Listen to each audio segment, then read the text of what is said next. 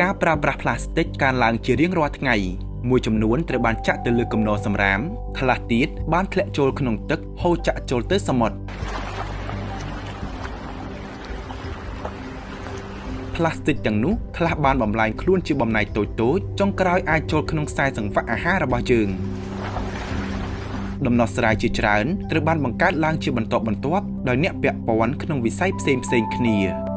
ការដាក់អន្ទាក់សំរាមនៅតាមប្រឡាយជាវិធីមួយដើម្បីទប់កុំឲ្យសំរាមហូរទៅសមុទ្រតែការយកសំរាមចេញមានការលំបាកពេលសំរាមច្រើនពេកបណ្ដាលឲ្យស្ទះឬក៏អាចដាច់អន្ទាក់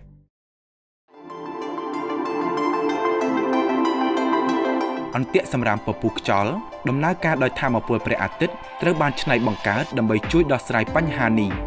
អន្ទាក់សំរាមភ្ជាប់ដោយប្រព័ន្ធពពុះខ្យល់រៀបបញ្ឆិតលើប្រឡាយកម្លាំងនៃពពុះខ្យល់រុញសំរាមទៅគៀនចូលទៅក្នុងកន្ត្រកសំរាមសន្ទូចលើកកន្ត្រកបានដំឡើងដើម្បីស្ទូចយកសំរាមចេញពីទឹកសំរាមត្រូវបានទុកឲ្យស្រក់ទឹកមុននឹងផ្ទេរមកលើគោក